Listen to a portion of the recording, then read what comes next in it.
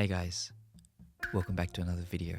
So it has been approximately 18 months, a little bit over 18 months, since I moved from Thailand to Japan to continue my acting career.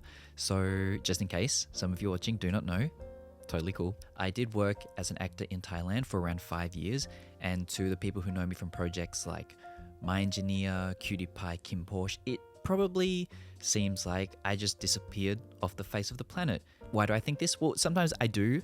Not regularly, but I do get comments being like, "Did you quit acting? Waiting for your next series?" And to be honest, it's totally understandable because a lot of Japanese media is not really easily accessible overseas, if at all. Yay! Nah, it kind of sucks because I know that a lot of my international fans would love to support me by watching the things that I'm in, but they literally can't, which makes things difficult. So that is why I am doing this video today, because I want to update you guys on all the different projects that I've been a part of since moving to Japan. And surprisingly, I've been lucky enough to be involved in quite a few different things. So I've been in a handful of TV shows, 2 musicals, and also a few other projects, which I will go through today. I'm also going to talk about my experience being in these various projects and what it's been like being in a new environment, and also talk about some things that I've learned, because if you're not learning, are you really living? I'm 30 now, by the way. That's why I say things like this. So I'm going to go through all the different projects today in chronological order, because it kind of shows my growth and I guess the journey that I've been on this past year and a half. After coming to Japan, the first project that I was a part of was a TV series called Spy Meshi Ikkoku Gurume Sennyuki, which translates to Food Spies, International Gourmet Undercover. So really the show is about spies who go and eat different international cuisines. We go out and eat food. Being spies is a ruse, a decoy, to go and eat delicious food. So in this show, I played a CIA agent, so from America, called Chris Mastinian, and I get sent to Japan to help the Japanese spies try and track down a red bag. Obviously, as you can tell from that, the mission is really important. It's not. We're just trying to track down a red bag, but we just end up eating lots of different food. So the whole series, there's only 6 episodes, and I was in 4, 5, and 6. And so each episode, we went and ate a different country's cuisine. So I got to eat Brazilian food, Southern American food, as in not South America like Colombia, like as in food from the southern part of the USA, and also food from Myanmar, which was really cool. So just to give you guys a bit of backstory, I did study Japanese in university. That's why I can speak some Japanese. And since graduating university, I've just tried to use it as much as I can in my everyday life. Like when I'm streaming on YouTube, I have a lot of viewers from Japan, so I'll speak Japanese then, or just speaking to Japanese friends and stuff. So I was like, obviously I don't speak perfect Japanese, definitely have an accent, but you know, I think everything will be okay. After receiving a script that is like 95% Japanese, it was like a huge, I wouldn't say punch in the face, but a little bit of a shock to the system, because one thing I didn't know about Japanese is that it has intonation. Like people would ask me all the time, like, what do you think's harder, Thai or Japanese? And I'd be like, well, you know, with the Thai, the intonation's hard, but since Japanese doesn't have intonation, I think the grammar is harder. And it turns out Japanese does have intonation. It's just not like written on the words like it is in Thai. And unfortunately, pitch, accent, or intonation is not something that you generally study in university when you're studying Japanese. So just to give you guys an example in English, so for example, if you said, "That's what I said," it sounds like a native speaker, right? But if you said, "That's what I said," it kind of sounds off. It's like where you put the accent on the words and like what parts you put higher and lower in pitch. And also because my character was American from the CIA, I actually did attempt to do an American accent for my English speaking lines. Was it necessary? Maybe not, because a lot of the viewers are Japanese and they might not pick on the difference in English speaking accent. But I was like, you know what? I'm just gonna do it. Do I do a good American accent? I don't know. You tell me. No, that was really bad. Yeah, so American accents are not my forte, but I'm committed to the role. When I got the script, we do a table read. So there was only 2 or 3 actors in the whole show. So we all sat down at a table, and like they weren't expecting me to speak perfect Japanese or anything like that. But I didn't think it was going to be that bad. It was pretty rough. And also the vocab was quite difficult in certain parts, because whilst we were not pretending to be spies, well, technically we are pretending to be spies because we're actors, but we are real spies on the show. when we're doing spy stuff, the topic of conversation was quite difficult, so I had to use a lot of difficult vocab that I had never used before. So just remembering all the lines was a huge challenge by itself. And on top of that, I had to try and fix my intonation as well. I didn't have to have it perfect, but you know, the better I could get it, the better it would have been. Not just the spy talk, but also giving detailed descriptions of foods, the flavors, how it feels in your mouth. That kind of sounds weird. I'm sure there's a better way to say it. That's the best I could come up with. The textures and all that sort of stuff, you have to give quite detailed descriptions like, oh my god, the bubbliness, the sweetness, it's permeating through my body, except in Japanese. So that was very difficult for me. With the introduction of difficult vocab and me trying to fix this intonation thing, it was quite the mess. Luckily enough, that was kind of what they were going for with the show, but at some points, if you get the intonation too wrong, it actually gets kind of difficult to understand what you're saying. So after I got the script, my manager recorded a lot of my lines for me so I could listen to them and then practice at home. It was quite the task, but I am better for it. So that being said, it was quite a big challenge for me for my first project being in Japan. And looking back on it, I think because I was thinking about the script and getting the words and intonation right all the time, I couldn't act as freely as I wanted to. You know, as an actor, I want to have a bit more fun and be a bit more spontaneous, but I was just worried about the script the whole time that I kind of feel like my performance was a little bit like one-toned.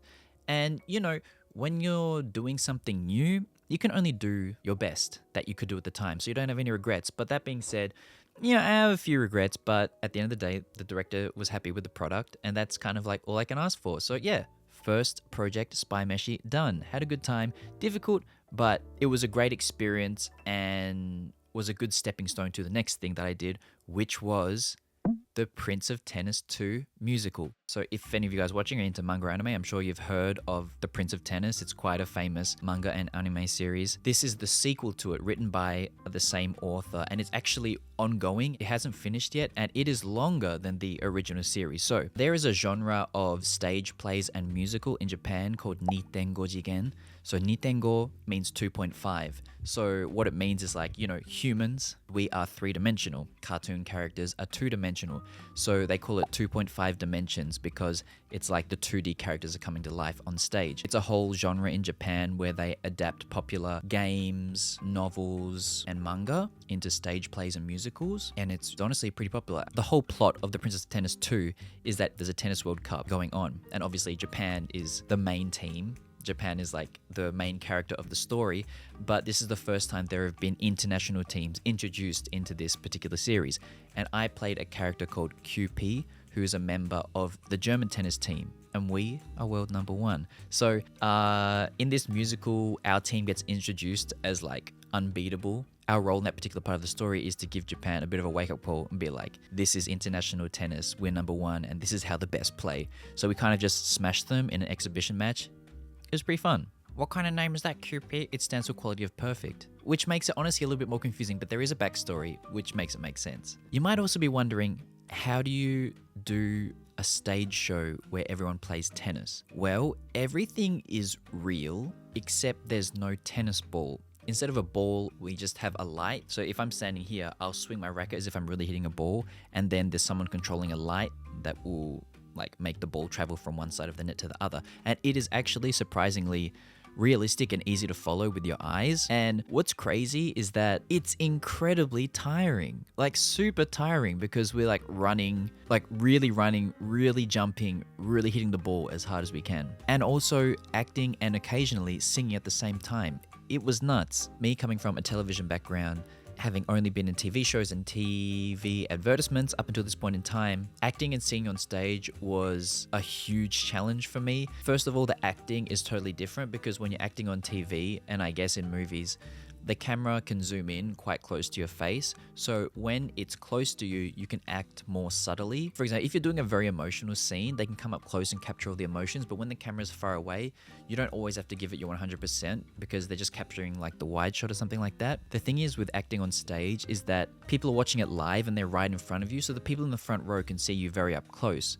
So if there was only people in the front row, you could kind of act, I guess, in a similar way to television, I suppose. But there are people sitting like 20 meters back or even on the like second floor up the top.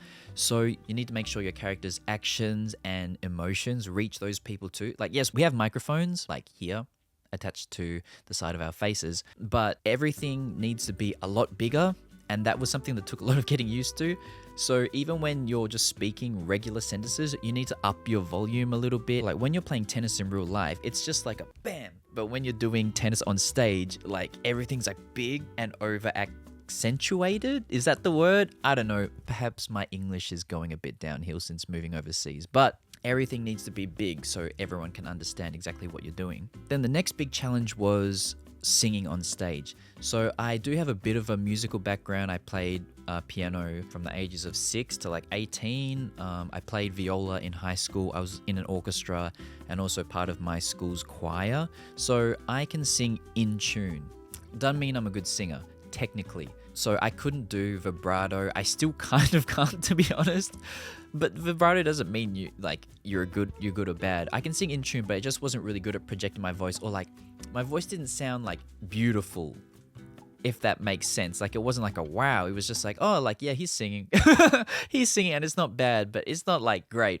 I was very nervous. Growing up, I was extremely shy and I would never sing in front of anybody, not family, not even friends. Like if all of my friends were in a car and we got like songs on, everyone's like singing, I'll just be like, but I would never actually join in and sing with them. I wanted to, but it was just too scary. I couldn't do it. And then suddenly I had to sing on stage. And like, I apologize if I'm making this sound like it was a bad experience. It wasn't. It was the best and I chose to do it myself. It doesn't mean it's not scary. It was scary as hell. One particular instance I remember that was quite disheartening. We were doing a practice one day, like rehearsals for the musical. Because the manga is so long, there's a lot of musicals. So it's like first stage, second stage. You can't do the whole story in one show because there's like over 40 volumes of the manga out. So usually one show covers around 10 volumes or something like that of the manga. And so I jumped in at the third part, but there had already been parts 1 and 2. So people who've been in previous parts are now in the third one as well. So there was some kind of like veteran kind of people watching our rehearsal. See, at this point in time, I hadn't really grasped the concept of acting and singing at the same time. And also I was scared shitless.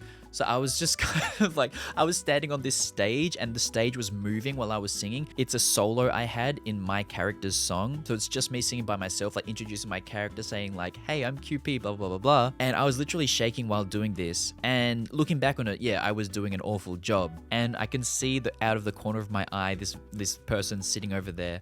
And as I'm singing my part, the dude just goes. And I was like, oh no. But that being said, that was just in rehearsals. And as the show went on, things got a lot better. The first few shows were honestly a little bit shaky. But you know, the more you do it, the better you get, the more confidence builds up. And I wouldn't say you get used to it, but you definitely get more comfortable and you do a better job. And we did 39 performances of that show. And to be honest, when I found out we were doing 39, I honestly thought, dude, after doing this like 10 times, I'm pretty sure I'm going to get bored. But that was not the case. I actually wanted to do more by the end. I was like, 39, give me 50. Not actually. But I was more than happy to do more. If they were like, we just announced an extra 20 shows, I'd be like, yes, because it was honestly some of the most fun I've ever had. One, because there's like a different camaraderie with the cast as opposed to television, because we're meeting like every day nonstop for like 3 months because we have rehearsals, then we have the shows. And then when we have shows that are in like Osaka, so we go from home and then when the show's done, we go back home. But when we're in other places like Osaka or stuff like that, we all stay at the same hotel, then we go to the theater, we do the show, and then come back to the same hotel. So we're hanging out together like all the time. So that was really fun as well. But yeah, because the show's live, it has that kind of spontaneous aspect to it. So no two shows are the same. And when you constantly repeat things and do things over and over again, as an actor, I felt like I was discovering new things. Like, it's so weird because you can say the same line like, 9 or 10 times, and you're saying it at the same time. But then on the 11th time, you just discover something new and be like, oh, maybe this is a different way to approach it. Or like, I can say it like this way, or do an action kind of differently. And figuring out those things was really fun. And because, there's no such thing as a perfect performance, but striving to get a perfect performance was really fun as well, because there's so many aspects to it. You've got the performance aspect of like the tennis, then you've got the acting and also the singing. And oh, sorry, I forgot to mention, we did a little bit of dancing too. So let's just say you knock it out of the park, the ball, sorry, knock what? A ball. Sorry. Not funny. Let's just say your acting is like 100%, but then you like mess up something with the song. Then for the next performance, you're like, oh no, I'm gonna kill the song. I'm gonna get this song the next time. And then you like sing the song fantastically, but then you screw up a line. You're like, damn it.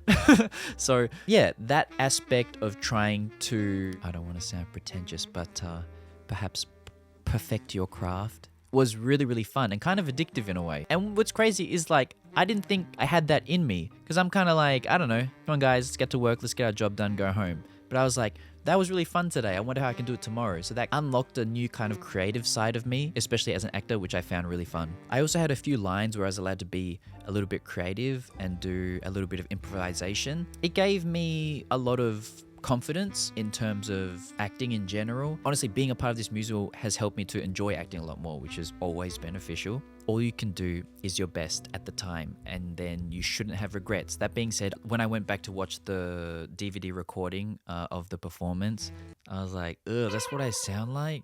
That's what my face looks like? That's how I look like when I was playing tennis? There are a lot of things. Maybe I was being too nitpicky.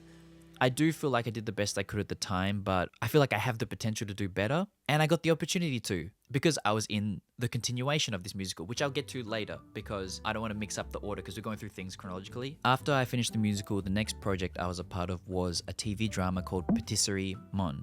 And it's a cute little love comedy about a cast of people who work at a patisserie. I played a character on this show called Leon Umeda, and he is half French and half Japanese, which I am neither. I am half Australian, half Thai.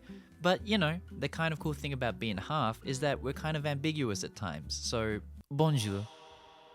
And my character is kind of like the baby of the workplace. I'm the youngest and I make mistakes and I'm just kind of like on edge and a little bit nervous all the time, but obviously pretty cute, not too different from myself. I forgot to mention, the show is based on a manga of the same name, Patisserie MON, and it is by the mangaka called Kira. So since my character is half French, half Japanese, once again, they weren't after someone who speaks perfect Japanese, which is right up my alley. And I feel like that's kind of like a niche that I'm filling in Japan at the moment, is kind of ambiguous foreign characters who speak pretty okay Japanese, but slightly off Japanese. This character, Leon in particular, his choice of words at times were quite strange within the context that they were used, but not off enough that people don't understand the meaning that he's trying to get across. So sometimes the other characters will kind of just be like, huh?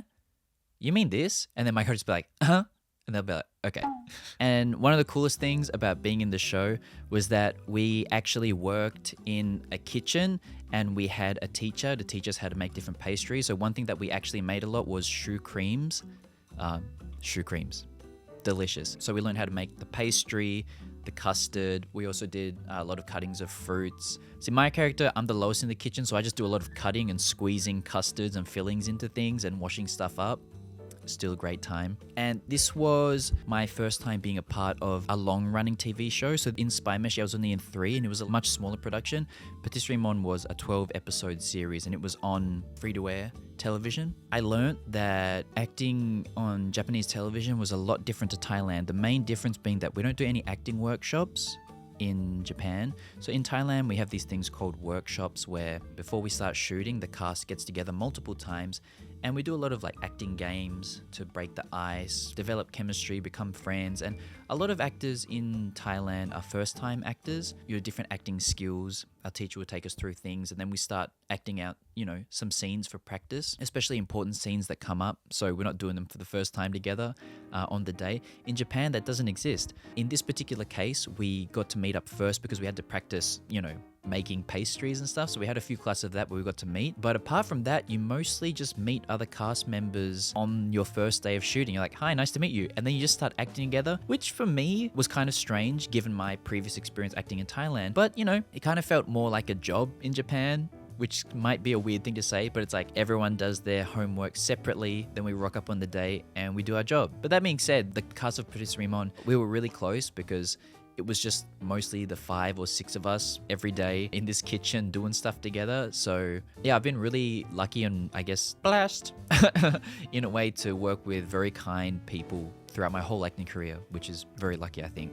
Also, the shooting is a lot more fast-paced, I would say, than in Thailand. In Thailand, there's a lot of long shots, so the cameras are set up, we act out the scene from the beginning to end. But in Japan, they do more cuts. So cuts means that, you know, action, then cut, change the camera angle, action, then cut. There's a lot more of that. So you act out scenes, like for example, you do like the first half or like first quarter, and then you'll have to pick up the scene from the middle. That happens a lot more, I found, in Japan than in Thailand. So since this was my first like free-to-air, long-running TV series in Japan, I thought that perhaps there would be a chance of it available for streaming overseas. Unfortunately, it ain't at this point in time. It is on a few different streaming platforms in Japan though. And actually, the streaming platforms in Japan, things like, you know, Amazon Prime, Netflix, Unext, and other streaming services have a huge catalog of Japanese TV shows. Even stuff that came out like 15 years ago, like super old popular series, are all making their way to streaming, which has honestly been a little bit surprising because Japan has been very like physical media for the longest time. No, not really. Well, yes, really. I was just joking about the song. But even though a lot of Japanese series are available on streaming platforms, there's less foreign stuff available, and some of the foreign stuff that is available has Japanese subtitles. Makes sense, I live in Japan. But sometimes I want to watch stuff in English subtitles, and well, it gets a bit difficult. But with today's sponsor, NordVPN, ain't a problem no more. Just in case you don't know what VPN is, it is a service that lets you change your geographical location with just one click of a button. And by changing your geographical location on the internet, it also changes the catalog of movies and TV shows that are available on your favorite streaming platforms. So for example, right now I'm in Japan, but if I really wanted to watch a series that's only available on streaming platforms in Australia, or I want to watch something that has English subtitles, all I do is click a button, change my location to Australia, and bam, I got it. But VPN ain't just about convenience. It's about security. Guys, sometimes the interwebs can be a very dangerous place, not just when you're at home, but especially when you're on public Wi-Fi networks at places like cafes, libraries, or even the airport. There are mean, weird people out there on the interwebs that are trying to steal your private information. Take that private information like this, and use it against you like this. No, but on a serious point, they can take your private information and do really nasty things like try and steal your identity, use your credit card details to buy stuff, just, you know, stuff that shitty people do. But NordVPN's got your back because they protect you from these people by encrypting all the information coming in and out of your computer, making it extremely difficult to steal. They also protect you by warning you about malicious websites, so these are places that might try and upload malware or other viruses onto your computer, and best of all, they block those annoying pop-up ads. One NordVPN account can also be used on up to 10 devices, so you can use it on your computer, your phone, tablet, in some cases, even your television, so you can protect not just yourself, but your whole family, maybe even some friends. If you're interested in using NordVPN, you can use my code PERTH at the checkout or the link down in the description below to get an extra 4 months on a 2-year subscription. Thank you very much to NordVPN for sponsoring this video. So after finishing Patisserie MON, I was back as QP in the Prince of Tennis 2 musical, except last time was the 3rd stage, this time it was the 4th stage. So in the 3rd stage, the German team was just kind of like appearing and being like, this is international tennis. But in the 4th stage, it was Japan versus Germany in the semifinals. So if you have read comic books, watched comic book movies, or like manga or anime, you know, it's a fairly common trope where you get some new characters pop up and they're like ridiculously strong and they force the main characters, or in this case, the main team, to power up and overcome them to move forward. You know, just classic manga stuff. Love to see it. So like I said, when I finished the new Prince of Tennis, the 3rd stage, I was not very happy with myself. So in the lead up to being in the 4th stage, I took a lot of singing lessons because I just wanted to get better. I wanted to build more confidence, and those, they changed me. They changed me in a really good way. Just taking those lessons and like singing with a teacher one-on-one. First of all, I was really scared singing with just my teacher, and I got over that, and it built a lot of confidence. Obviously, I got better at projecting my voice, learned a lot of new techniques, and also because my teacher used to be an actor in musicals himself, I learned more about performative singing, if that makes sense, like acting and singing at the same time. And also because I had done other acting projects in between, my Japanese had naturally gotten better. And also my speed at memorizing scripts had gotten a lot faster, which was fantastic. Since this time around it was Japan versus Germany, my role was also a lot larger. So I had a singles tennis match. My match was actually the first match of the show. So like 5 minutes into the show, bam, my match starts, and it's singles, so 1-on-1. And this time my character had 2 songs. Other people also sing in between, but I would say like I sung the most in those songs. So there was a lot of pressure. I thought I would be scared, but I was kind of looking forward to the challenge. And there was this part of me that wanted to prove myself, not just to, you know, I guess my peers, but also to myself, because I knew that I could do a better job. And since, you know, I'd taken lessons and stuff, I had a bit more confidence. And also I wanted to do a good job for the fans too, because the fans of the Prince of Tennis musicals, but in particular, are very, very passionate. And you know, it's not very common you get to see your favorite character on stage, you know, singing and dancing. So I really wanted to do a good show for the fans as well. You know, honestly, I felt like I did a job that I could be proud of. See, this is maybe not something that I'm supposed to talk about, but I'm gonna do it anyway. So one of the fun things when you're in like a musical or a TV show is, in Japan, they call it egosa, which really means ego searching. So it's when you look up yourself like online. So for example, I'll type my name into Twitter or whatever, and I'll see what the fans like say about my performance and stuff. It might not be the best thing to do for your mental health, but I honestly enjoyed it because, you know, I can take some constructive criticism. And, you know, I want to see if people are happy with my performance, I'm doing a good job. And just like from the first couple of shows, like there was a lot of feedback saying that my singing had gotten better, my Japanese had gotten better, and a lot of people were surprised. So that made me really happy and more excited and motivated to do even better. By the way, we did extra shows from the last time. So the first time I did the musical, it was 39 shows. This time was 46 shows. So we did an extra 7 shows. And yeah, the cool thing is, you know, from an actor's point of view and also from the person watching's point of view as well, is our evolution as a cast as the show goes on as well. Because like I said before, the more you do it, the more confidence builds and the new like ideas you get about how to approach different things. By the last few shows, I was really happy with the final product, and I think the reception to the show was very positive. I think everyone had a good time, hopefully. If you didn't, I'm sorry. No, I'm just joking. Screw you. No, I'm joking. But I think up until this point in my life as an actor, it was the most fun project that I've ever been a part of. So I've never really been the main actor or like the main role in anything I've been a part of, and I wasn't in this either, but I did get a solid 20 minutes where it was a singles match between me and my partner, and it was just this standoff between 2 very different characters. So my character is very cool and calm all the time, and the other character is quite loud and bashful. We each kind of like got our chance to shine, and like the emotions that build up during the match, the singing back and forth, and like the stakes of the match, it was just so ridiculously fun. And also because I quite like exercising and doing physical stuff in real life. Physical. No, I'm just joking. But like, you know, I like, you know, weight training and playing sports and stuff like that. My character wears a full tracksuit, so long pants and a jacket the whole match while I'm playing tennis. So yeah, I was drenched by the end of every performance, but it was just so fun and like pushing yourself to the limit, because the thing is, when I'm doing the performance, there's a part where I have a really long rally, like in tennis, and I'm running back and forth like across the stage, and then once I finish running, I have about 20 seconds before I have to start singing a solo. And so, you know, I thought to myself, like, what should I do? Do I just kind of, you know, run a little bit less harder so I can kind of catch my breath and sing better?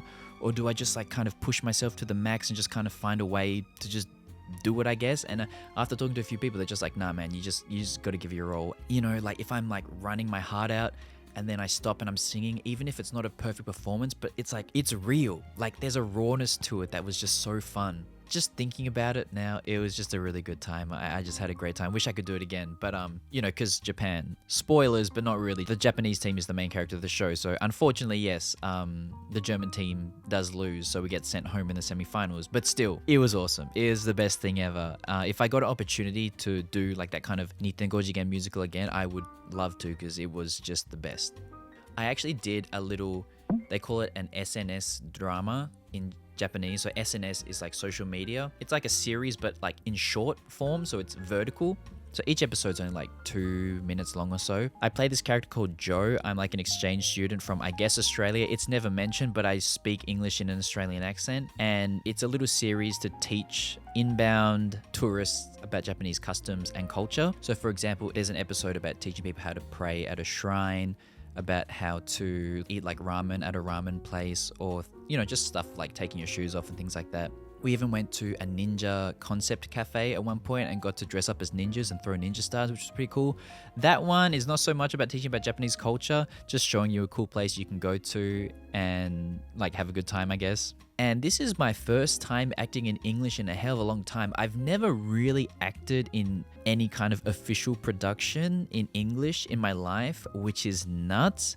But after acting in 2 languages that aren't my native language, which has been Thai and Japanese, man, acting in English is so less stressful. I would look at the script, read it like a few times and be like, yep, I think I'm ready to go. It was just nuts because I spend hours and hours memorizing Thai scripts and Japanese scripts. The time it takes to remember English script is just like 1/10 of the time it would take me to remember anything else. So that was really funny. Also, honestly, I was kind of like a bit shy, even though it's my native language, because I'd never acted in it before. I kind of felt like a little bit awkward at times because I was like, wait, is this like my real voice? Is this how I actually talk? So there was kind of like that doubt in my head, but then after doing it for a bit, it was pretty chill. Since it was a lot more, I guess, in a way, stress-free acting in English, I was talking to my friends about it and they were like, why don't you just like try and act in English productions? And I was like, you got a point. Why am I going out of my way to try and act in languages that aren't my native language? But I don't know, I just feel like that's the path that's been put out in front of me. And I enjoyed acting in Thai and I enjoy acting in Japanese now. It's pretty fun. I kind of just feel like maybe I'm a bit too stubborn, but I feel like I have more to do. I have further to go in the current medium that I'm doing. That being said, if any like cool English acting projects came up in the meantime, I would be more than happy to try and take those on. But, you know, I'm happy doing what I'm doing at the moment. And this series by Arigato Films, where I play this English character, is available overseas. It's on pretty much every social media. It's on Instagram, it's on TikTok, it's even on YouTube Shorts. That's available for anyone to watch. So if you want to see me kind of like do some educational funny skits in English, feel free to check those out. I'll put a link down in the description below in case you're interested. The most recent TV series that I was a part of was a series called Boku no Azatoi Motokano, and the last episode of that just finished last week as of me shooting this video right now, so at the beginning of March. Honestly, there ain't much to talk about that show. I just played a kind of like funny and cute comic relief side character.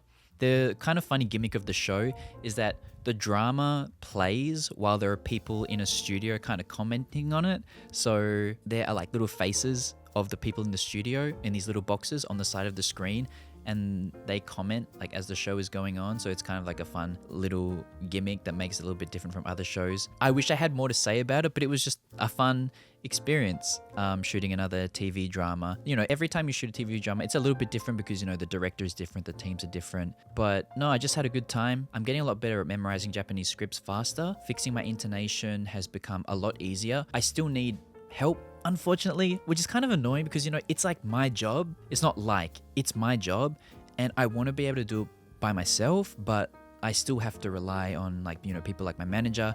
So my manager still records the lines for me so I can listen to it and practice it by myself. But I am getting better at fixing it by myself as well. So before I get sent the native recording by my manager, I already can reach a pretty decent level. Like, there'll be some misses here and there, but I'm getting better at picking up the differences by myself for sure. And I guess thanks to all the experience that I've built up so far, but specifically the confidence that I've built being in the musicals, you know, comparing acting in the most recent one, Boku no Azatoi Motokano, to acting in Spy Meshi, my acting skills in Japanese have, you know, increased heaps. Like, I don't know, there's no other way to put it. I just feel like I'm more free when I'm acting now. I get to be a bit more creative. I can do, you know, some ad-lib improvisation. And when I'm reading the scripts, I also have a better picture in my head of like how it's going to go, as opposed to just being super focused on just memorizing the lines and getting the lines out correctly. Now I'm honestly just, really enjoying stuff and having a great time. So those are the projects that I've been a part of that have aired and I've already finished. Since then, I have also shot my first movie, which is nuts. I'm not the main character, so don't go crazy. Nah, but I play a fairly central role in the movie. So shooting my first movie was a really cool experience. I've also shot an independent short film, and I'm shooting this video on March 10th. Today, after I'm done shooting this video, I'm catching a train for like 2 hours because I'm shooting a guest appearance in another TV drama. So life as an actor in Japan honestly has been going fairly well, I would say. I think getting consistent work as an actor is a feat in itself, and I'm very grateful for that. And hopefully, if I can kind of like keep this momentum going, there are better things to come. My dream at the moment is to be the lead in a love comedy series. I just really love like shoujo manga, like love comedy series and things like that. I do a lot of interviews, magazines and websites and things like that. And they always ask me like, is there a type of TV show or role that you would like to do? And I always say the same thing. I'm like, I want to be the lead in like a love comedy series and like do funny stuff and like, have some heart-touching, heartfelt moments. I don't know how to say it, but like kyun kyun. In Japanese, they say kyun kyun. It's like when your heart's like, oh, kind of thing. So that's my goal for the future. Maybe, we'll see how things go, I guess. So after I've got a decent amount of projects under my belt again, I will make another update video to let you guys know what's going on. If any of the projects that I've been a part of get available to watch overseas easily, I will definitely let you guys know. And that's how life has been going so far working as an actor in Japan. So long story short, I'm still acting, I'm in Japan, and things are going okay.